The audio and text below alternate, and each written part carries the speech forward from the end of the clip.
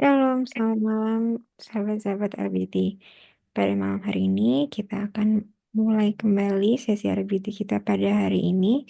Kita akan membaca bacaan kita dari bilangan 10 sampai 11. Sebelum kita membaca firman Tuhan pada hari ini, mari kita satu dalam doa terlebih dahulu. Tuhan Yesus, terima kasih atas berkat-Mu dan penyertaan-Mu pada hari ini ya Tuhan. Sekarang kami akan baca firman Tuhan yang terambil dari bilangan 10 dan 11. Kiranya Tuhan yang mau berkati Kesha yang akan memimpin sesi pada hari ini Tuhan. Dan berkati kami semua yang ikut berpartisipasi dan juga ikut menyimak ya Tuhan. Dalam nama Tuhan Yesus kami berdoa dan mengucap syukur. Amin. Amin. Terima kasih Kristal. Shalom semuanya. Kita membaca bilangan 10 hingga 11. Bilangan 10 perikop semboyan Nafiri. Tuhan berfirman kepada Musa, buatlah 2 Nafiri dari perak. Dari perak tempaan harus kau buat itu, supaya dipergunakan untuk memanggil umat Israel dan untuk menyuruh laskar-laskarnya berangkat. Apabila kedua Nafiri itu ditiup, segenap umat itu harus berkumpul kepadamu di depan pintu kemah pertemuan. Jikalau hanya satu saja ditiup, maka para pemimpin, para kepala pasukan Israel harus berkumpul kepadamu. Apabila kamu meniup tanda semboyan, maka haruslah berangkat laskar-laskar yang berkemah di sebelah timur. Apabila kamu meniup tanda semboyan kedua kalinya, maka haruslah berangkat laskar-laskar yang berkemah di sebelah selatan. Jadi, tanda semboyan harus ditiup untuk menyuruh mereka berangkat. Tetapi untuk menyuruh jemaah itu berkumpul, kamu harus meniup saja tanpa memberi tanda semboyan. Nafiri-nafiri itu harus ditiup oleh anak-anak Imam Harun.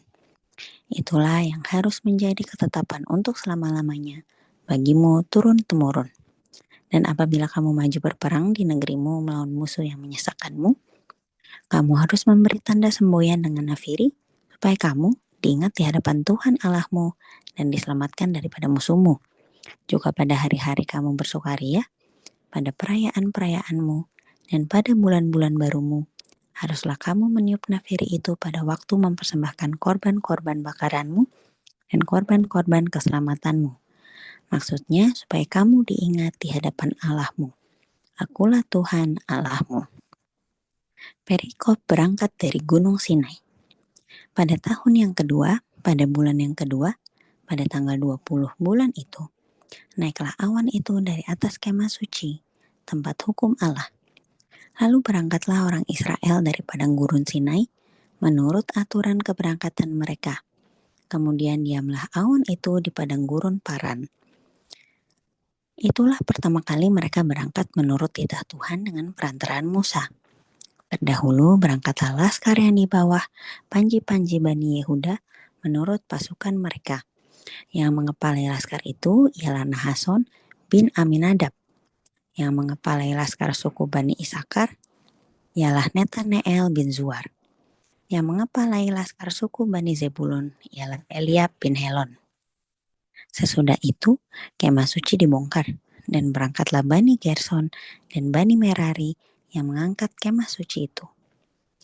Kemudian berangkatlah laskar yang di bawah panji-panji Ruben menurut pasukan mereka. Yang mengepalai laskar itu ialah Elizur bin Shedeur. Yang mengepalai laskar suku Bani Simeon ialah Selumiel bin Zurishadai. Yang mengepalai laskar suku Bani Gad ialah Elishaf bin Rehuel. Sesudah itu berangkatlah orang Kehat yang mengangkat barang-barang tempat kudus. Kemah suci sudah dipasang sebelum mereka datang. Kemudian berangkatlah laskar yang di bawah panji-panji Bani Efraim menurut pasukan mereka. Yang mengepalai laskar itu ialah Elisama bin Amihud. Yang mengepalai laskar suku Bani Manasye ialah Gamaliel bin Pedasur. Yang mengepalai laskar suku Bani Benyamin ialah Abidan bin Gideoni. Sebagai barisan penutup semua laskar itu berangkatlah laskar yang di bawah panji-panji Bani dan menurut pasukan mereka. Yang mengepalai laskar itu ialah Ahiezer bin Amishadai. Yang mengepalai laskar suku Bani Asher ialah Pagiel bin Ochran. Yang mengepalai laskar suku Bani Naftali ialah Ahira bin Enan. Itulah aturan keberangkatan orang Israel menurut pasukan mereka ketika mereka berangkat. Lalu berkatalah Musa kepada Hobab, anak Rehuel, orang Midian, mertua Musa. Kami berangkat ke tempat yang dimaksud Tuhan ketika ia berfirman, aku akan memberikannya kepadamu. Sebab itu, ikutlah bersama-sama dengan kami, maka kami akan berbuat baik kepadamu. Sebab Tuhan telah menjanjikan yang baik tentang Israel. Tetapi jawabnya kepada Musa, aku tidak ikut, melainkan aku hendak pergi ke negeriku dan kepada sanak saudaraku. Kata Musa, janganlah kiranya tinggalkan kami, sebab engkaulah yang tahu bagaimana kami berkemah di padang gurun, maka engkau dapat menjadi penunjuk jalan bagi kami. Jika engkau ikut bersama-sama dengan kami, maka kebaikan yang akan dilakukan Tuhan kepada kami, akan kami lakukan juga kepadamu. Lalu berangkatlah mereka dari gunung Tuhan dan berjalan 3 hari perjalanan jauhnya. Sedang tabut perjanjian Tuhan berangkat di depan mereka dan berjalan 3 hari perjalanan jauhnya untuk mencari tempat perhentian bagi mereka. Dan awan Tuhan ada di atas mereka pada siang hari, apabila mereka berangkat dari tempat perkemahan. Apabila tabut itu berangkat, berkatalah Musa, bangkitlah Tuhan, supaya musuhmu berserak, dan orang-orang yang membenci engkau melarikan diri dari hadapanmu. Dan apabila tabut itu berhenti, berkatalah ia, kembalilah Tuhan kepada umat Israel yang beribu-ribu laksa ini. Bilangan 11, perikop api Tuhan. Pada suatu kali bangsa itu bersungut-sungut di hadapan Tuhan tentang nasib buruk mereka. Dan ketika Tuhan mendengarnya, bangkitlah murkanya. Kemudian menyalalah api Tuhan di antara mereka dan merajalela di tepi tempat perkemahan. Lalu berteriaklah bangsa itu kepada Musa dan Musa berdoa kepada Tuhan, maka padamlah api itu. Sebab itu orang menamai tempat itu Tabera, karena telah menyala api Tuhan di antara mereka. Perikop, Tuhan berjanji memberi daging. Orang-orang bajingan yang ada di antara mereka kemasukan nafsu rakus. Dan orang Israel pun menangislah pula serta berkata, siapakah yang akan memberi kita makan daging? Kita teringat pada ikan yang kita makan di Mesir dengan tidak bayar apa-apa, kepada mentimun dan semangka, bawang prei, bawang merah dan bawang putih. Tapi sekarang kita kurus kering, tidak suatu apapun kecuali mana ini saja yang kita lihat. Adapun mana itu seperti ketumbar dan kelihatannya seperti damar bedolah. Bangsa itu berlari kian kemari untuk memungutnya, lalu menggilingnya dengan batu kilangan untuk menumbuknya dalam umpang. Mereka memasaknya dalam periuk dan membuatnya menjadi roti bundar. Rasanya seperti rasa panganan yang digoreng. Dan apabila embun turun di tempat perkemahan pada waktu malam, maka turunlah juga mana di situ. Ketika Musa mendengar bangsa itu, yaitu orang-orang dari setiap kaum, menangis di depan pintu kemahnya, bangkitlah murka Tuhan dengan sangat. Dan hal itu dipandang jahat oleh Musa. Lalu berkatalah Musa kepada Tuhan, mengapa kau perlakukan hambamu ini dengan buruk? Dan mengapa aku tidak mendapat kasih karunia di matamu sehingga engkau membebankan kepadaku tanggung jawab atas seluruh bangsa ini? Akukah yang mengandung seluruh bangsa ini? Atau akukah yang melahirkannya? Sehingga engkau berkata kepadaku, pangkulah dia seperti pak pengasuh memangku anak yang menyusu, berjalan ke tanah yang kau janjikan dengan bersumpah kepada nenek moyangnya. Dari manakah aku mengambil daging untuk diberikan kepada seluruh bangsa ini? Sebab mereka menangis padaku dengan berkata, berilah kami daging untuk dimakan. Aku seorang diri tidak dapat memikul tanggung jawab atas seluruh bangsa ini, sebab terlalu berat bagiku. Jika engkau berlaku demikian kepadaku, sebaiknya engkau membunuh aku saja, jika aku mendapat kasih karunia di matamu supaya aku tidak harus melihat celakaku. Lalu berfirmanlah Tuhan kepada Musa, kumpulkanlah di hadapanku dari antara para tua-tua Israel 70 orang, yang kau ketahui menjadi tua-tua bangsa dan pengatur pasukannya. Kemudian bawalah mereka ke kemah pertemuan supaya mereka berdiri di sana bersama-sama dengan engkau. Maka aku akan turun dan berbicara dengan engkau di sana. Lalu sebagian dari roh yang hinggap padamu itu akan aku ambil dan kutaruh atas mereka. Maka mereka bersama-sama dengan engkau akan memikul tanggung jawab atas bangsa itu. Jadi tidak usah lagi engkau seorang diri memikulnya. Tetapi kepada bangsa itu haruslah kau katakan, kuduskanlah dirimu untuk besok, maka kamu akan makan daging. Sebab kamu telah menangis di hadapan Tuhan dengan berkata, siapakah yang akan memberi kami makan daging? begitu baik keadaan kita di Mesir, bukan? Tuhan akan memberi kamu daging untuk dimakan.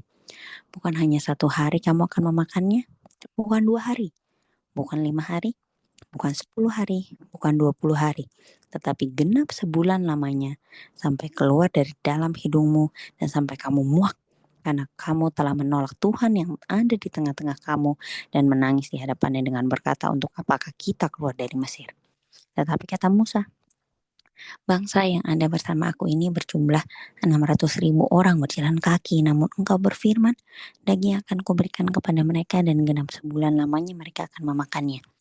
Dapatkah sekian banyak kambing domba dan lembu sapi disembelih bagi mereka, sehingga mereka mendapat cukup? Atau dapatkah ditangkap segala ikan di laut bagi mereka sehingga mereka mendapat cukup? Tapi Tuhan menjawab Musa, masakan kuasa Tuhan akan kurang untuk melakukan itu? Sekarang engkau akan melihat apakah firman-Mu terjadi kepadamu atau tidak. Perikop ke-70 orang tua-tua. Setelah Musa datang keluar, disampaikannya firman Tuhan itu kepada bangsa itu. Ia mengumpulkan 70 orang dari para tua-tua bangsa itu dan menyuruh mereka berdiri di sekeliling kemah. Lalu turunlah Tuhan dalam awan dan berbicara kepada Musa. Kemudian diambilnya sebagian dari roh yang hinggap padanya dan ditaruhnya atas ke-70 tua-tua itu. Ketika roh itu hinggap pada mereka, kepenuhanlah mereka seperti nabi, tetapi setelah itu tidak lagi. Masih ada 2 orang tinggal di tempat perkemahan. Yang seorang bernama Eldad, yang lain bernama Medad. Ketika roh itu hinggap pada mereka itu termasuk orang-orang yang dicatat, tetapi tidak turut pergi ke kemah. Maka kepenuhanlah mereka seperti nabi di tempat perkemahan. Lalu larilah seorang muda memberitahukan kepada Musa, Eldad dan Medad kepenuhan seperti nabi di tempat perkemahan. Maka menjawablah Yosua bin Nun yang sedang mudanya menjadi abdi Musa, Tuanku Musa, cegahlah mereka. Tetapi Musa berkata kepadanya, apakah engkau begitu giat mendukung diriku? Kalau seluruh umat Tuhan menjadi nabi, oleh karena Tuhan memberi rohnya hinggap kepada mereka. Kemudian kembalilah Musa ke tempat perkemahan, dia dan para tua-tua Israel. Perikop burung puyuh. Lalu bertiuplah angin yang dari Tuhan asalnya. Dibawanya burung-burung puyuh dari sebelah laut dan dihamburkannya ke atas tempat perkemahan dan di sekelilingnya, kira-kira sehari perjalanan jauhnya ke segala penjuru dan kira-kira 2 hasta tingginya dari atas muka bumi. Lalu sepanjang hari dan sepanjang malam itu dan sepanjang hari esoknya, bangkitlah bangsa itu mengumpulkan burung-burung puyuh itu. Setiap orang sedikit-dikitnya mengumpulkan 10 homer. Kemudian mereka menyebarkannya lebar-lebar sekeliling tempat perkemahan. Selagi daging itu ada di mulut mereka, sebelum dikunyah, maka bangkitlah murka Tuhan terhadap bangsa itu, dan Tuhan memukul bangsa itu dengan suatu tulah yang sangat besar. Sebab itu dinamailah tempat itu Kibrot Ta'awa, karena di sanalah dikuburkan orang-orang yang bernafsu rakus. Dari Kibrot Ta'awa, berangkatlah bangsa itu ke Hazerot, dan mereka tinggal di situ. Demikianlah pembacaan firman Tuhan pada malam hari ini. Oke, di bacaan hari ini kira-kira apa yang bisa di-share? Thank you, Crystal. Jadi kalau dari pembacaan malam ini, yang paling enak di aku itu terkait bilangan 11 perikop yang pertama nih, yang api Tuhan. Kan di situ dinyatakan pada suatu kali bangsa itu bersungguh-sungguh di hadapan Tuhan tentang nasib buruk mereka. Lalu pas Tuhan mendengar, bangkitlah murkanya, bahkan api Tuhan menyala hingga merajalela di tepi tempat perkemahan. Mungkin bisa dibilang sampai terbakar gitu ya di tepi tempat perkemahan. Sampai akhirnya bangsa Israel pun bilang ke Musa, berteriak minta tolong pastinya. Sehingga Tuhan pun mendengarkan Musa berdoa sehingga padam apinya. Nah di sini aku melihat mungkin memang kita nggak dikasih tahu nih apa saat itu yang benar-benar membuat Tuhan murka. Dalam arti bersungut-sungutnya karena yang apa nih? Karena kan hanya dinyatakan pada suatu kali bangsa itu bersungut-sungut. Mungkin beda dengan perikop selanjutnya yang terkait memberi daging ketika orang Israel dinyatakan kan, oh kita dulu di Mesir ini kok makan ikan, makan mentimun lah, semangka dan lain-lain gitu, daging. Tapi di sini aku pada poin bahwa betapa sering aku pribadi pun mengeluh gitu. Maksudnya kayak, ih kok gini ya, ih kok gitu ya. Tapi di situ tuh aku nggak langsung berusaha connect ke Tuhan untuk tahu sebenarnya Tuhan lagi mau buat apa dalam hidupku. Jadi di sini aku benar-benar mau belajar jangan sampailah murka Tuhan itu turun atasku gitu. Karena nyatanya aku bersungut-sungut atas keadaanku. Padahal keadaan kita sendiri ini kan pasti ada kita ambil bagian juga gitu. Tapi di sini pokoknya aku mau ingatkan supaya kita semua tuh nggak mengeluh. Kalaupun misalnya ada hal-hal yang nggak sesuai dalam kehidupan kita, kan kalau di sini bahasanya nasib buruk gitu, tapi maksudnya apa yang terjadi dalam kehidupan kita, masalah pasti selalu ada, tapi kita perlu percaya bahwa Tuhan selalu ada dan kita bukan malah mengeluh tapi curhat gitu ke Tuhan, gak usah cari yang lain, orang-orang lain dan lain sebagainya, tapi ke Tuhan malah curhat dan mohon pertolongan, mohon bimbingan, bukan malah mengeluh. Itu dari aku. Nih, kalau misalnya dari aku sih sebenarnya kalau kita ngomongin jangan mengeluh itu relatable. Memang mungkin di sekitar kita banyak kalau ngomongin personal experience di sekitar aku banyak orang yang suka mengeluh, tapi itu memang sebuah challenge supaya kita betul-betul tahu kalau kita itu memang anak Tuhan dan kita harus mempunyai respon yang berbeda ketika kita Amin. mendapatkan atau ada di tengah-tengah situasi yang biasanya kalau orang lain itu respon pertamanya adalah mengeluh gitu. Iya, pokoknya kita hanya berusaha jangan mengeluh. Sambil kalau misalnya ada orang di sekitar kita yang mengeluh, kita harus responnya dengan berbeda ya. Oke deh kalau begitu. Boleh dong Kristal ditampilkan ayat masnya?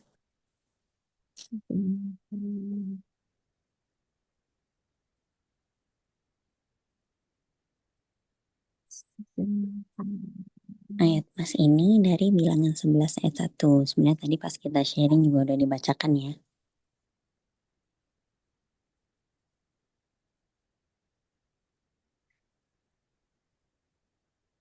Mari kita baca bersama. Pada suatu kali bangsa itu bersungut-sungut di hadapan Tuhan tentang nasib buruk mereka. Dan ketika Tuhan mendengarnya, bangkitlah murkanya. Kemudian menyalalah api Tuhan di antara mereka dan merajalela di tepi tempat perkemahan. Baik, biarlah kiranya kita menjadi pribadi-pribadi yang tidak mudah bersungut-sungut dan tetap bersemangat. Mari kita bersatu dalam doa. Bapa kami mengucap syukur, terima kasih Tuhan pada saat ini kami boleh membaca firman-Mu. Mungkin ada sharing dari setiap kami sebentar Tuhan, tapi kami percaya Tuhan Kau yang memimpin kami. Biar dalam menghadapi segala keadaan kami tidak bersungut-sungut. Kami gak mau Tuhan Kau marah Tuhan atas keadaan kami ketika kami mengeluh. Tapi kami mau Tuhan mengucapkan berkat untuk setiap keadaan kami. Biar kami boleh semakin semangat lagi Tuhan untuk mencari Engkau. Terima kasih ya Bapak. Ini doa kami ya Bapak untuk setiap kami yang boleh mendengarnya pada saat ini. Ya Tuhan memberkati, menyertai, memberikan pertolongan, membimbing. Terpujilah namamu Tuhan, kekal sampai selama-lamanya. Hanya dalam nama Tuhan Yesus Kristus kami telah berdoa. Amin. Amin. Demikianlah dengan Bible pada malam hari ini. Sampai ketemu lagi di Reading Bible Time di hari Kamis, tanggal 27 Februari 2025 pukul 8.00 WIB dan juga 9.00 WITA. Tuhan Yesus memberkati. God bless.